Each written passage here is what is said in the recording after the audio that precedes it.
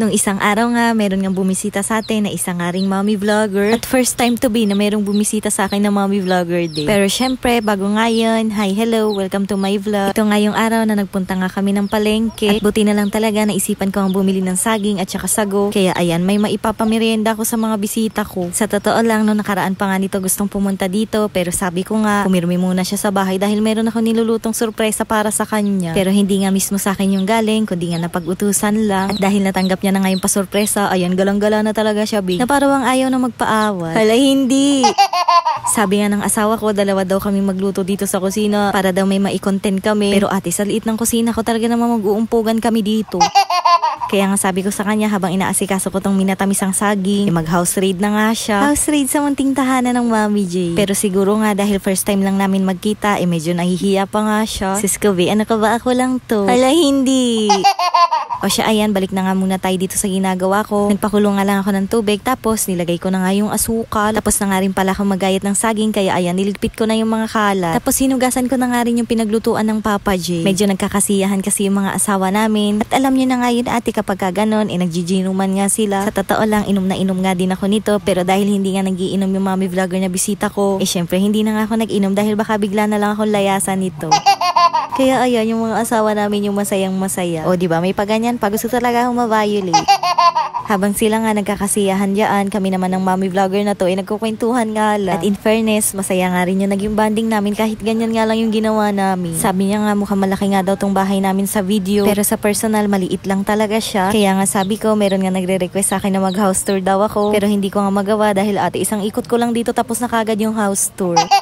Kahit nga may bisita kami, aba syempre naglalaba din kami ate. Ang Papa J lang pala dahil nagiinom nga siya, syempre kailangan niya maglaba ate. Aba, ang swerte mo naman kung magiinom ka lang dyan, B. O diba, hindi naman mukhang masaya talaga siya. Pero ate, dahil nagjinuman nga sila, edi syempre merong nalasing. Medyo ginabi na nga rin sila ng uwi, pero syempre hinatid pa nga rin namin hanggang kanto. Dahil baka mamaya ate, kung saan pa sila makarating, hindi namin sila mahanap.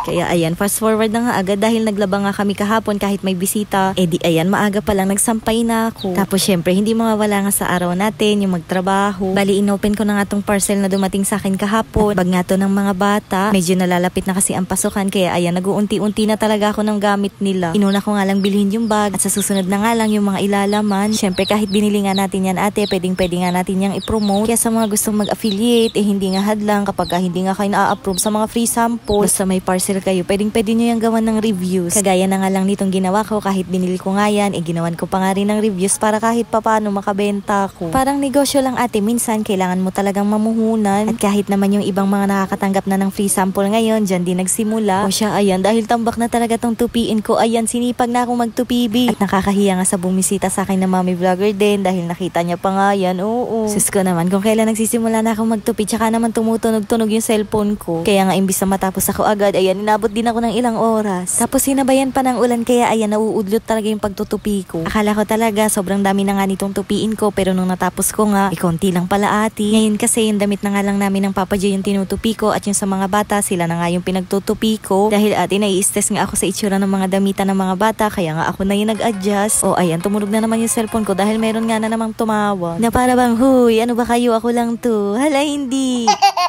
Habang nagtutupi nga pala ko, kausap ko nga ang mama at meron lang talaga kami pinagchichismisan. Ang mga oras na yan, tapos naman na ako magtupi. At hala, huy, bakit may pagkulango?